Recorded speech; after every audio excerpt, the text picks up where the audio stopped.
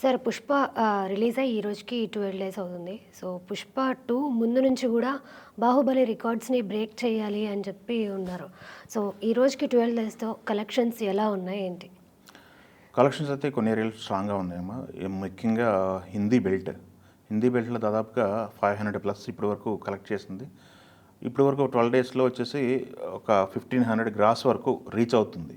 Okay. Gross ఇది నేను చెప్పేది. నెట్ కాదు. నెట్ కలెక్షన్స్ వచ్చేసరికి 590 క్రోర్స్ ఓకే. దగ్గర దగ్గర 590కి క్రాస్ అయింది. ఓకే.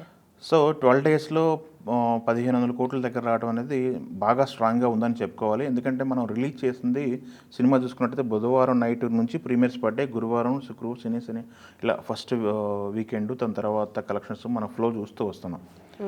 పుష్ప విషయానికి వచ్చినట్టయితే డిబేట్ టాక్ వచ్చినప్పటికి కూడా హిందీ బెల్ట్లో గట్టిగా నిలబడింది. హిందీలో దాదాపు పుష్ప 1 కూడా తెలుగులో కంటే కూడా హిందీ మార్కెట్లో ఎక్కువ కలెక్షన్స్ రాబట్టింది. ఇప్పుడు 2 కూడా అదే ప్రూవ్ చేస్తుంది.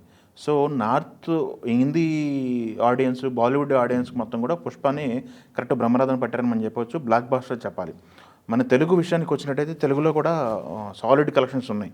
వీళ్ళు కొంతమంది విమర్శించే వాళ్ళు ఏంటంటే టికెట్ రేట్లు ఎక్కువ వచ్చినాయి, కలెక్షన్స్ ఎక్కువ రాబట్టుకున్నారు అనే విమర్శ ఉన్నప్పటికి కూడా ఇతర హీరో అభిమానులు మీరు టికెట్ రేట్లు పెంచుకొని బాక్స్ ఆఫీస్ దగ్గర కలెక్షన్స్ రికార్డ్ చేసుకుంటున్నారని చెప్పేసి విమర్శ చేస్తున్నప్పటికి కూడా ఒరిజినల్ స్టామినా ఏంటంటే డివైడ్ టాక్తో సినిమా నిలబడటం, ఈ రకంగా కలెక్షన్స్ రావటం అనేది నిజంగా పుష్ప మేనియా, అల్లు అర్జున్ మేనియా అని చెప్పుకోవాలి. సో అల్లు అర్జున్ పుష్ప 2 అనేది ఒక బెంచ్ మార్క్ క్రియేట్ చేశాడు. పుష్ప 1తోనే ఆల్రెడీ నాన్ రాజమౌళి హీరో అని చెప్పేసి వాళ్ళు గర్వంగా చెప్పుకుంటూ ఉంటారు అల్లు అర్జున్ ఫ్యాన్స్. రాజమౌళితో ఇంట్రడ్యూస్ అవ్వకుండా మా హీరో పాన్ ఇండియా రేంజ్లో హిట్ కొట్టాడని చెప్పి వాళ్ళు మాట్లాడుతుంటారు. మిగతా హీరోలు అందరికి కూడా రాజమౌళి ఇంట్రడక్షన్ ఇచ్చారు. రాజమౌళి పాన్ ఇండియా మార్కెట్ని, పాన్ వరల్డ్ మార్కెట్ని అడ్రస్ చేశారని చెప్పి చెప్తుంటారు. సో ఈ తరుణంలో ఆ పుష్పతో ఒక వేసుకుంటూ వెళ్ళాడు. ఆ వేలో ఇప్పుడు అతను వండర్స్ క్రియేట్ చేస్తున్నాడు పుష్ప 2. ఈ పుష్ప 2 అనేది 12 డేస్కి 1500 కోట్లు అంటే ఇంకా లాంగ్ రన్ అనేది ఇప్పుడు మనకి పాన్ ఇండియా సినిమాలు చూసుకుంటే దగ్గర దగ్గర రిలీజ్ కూడా పెద్ద సినిమాలు ఏం కనపట్టలేదు.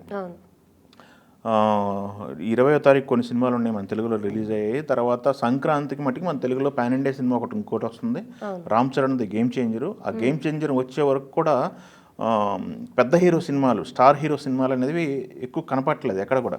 అది బాలీవుడ్లో కూడా చూసుకున్నా కానీ పెద్ద సినిమాలు ఏమి లేవు ఇప్పట్లో. సో ఇప్పటి వరకు చూసిన వాళ్ళు ఈ సినిమాలు మొదటి 12 రోజులు చూసుకున్నట్టయితే 1500 కోట్ల దగ్గరకు వచ్చింది.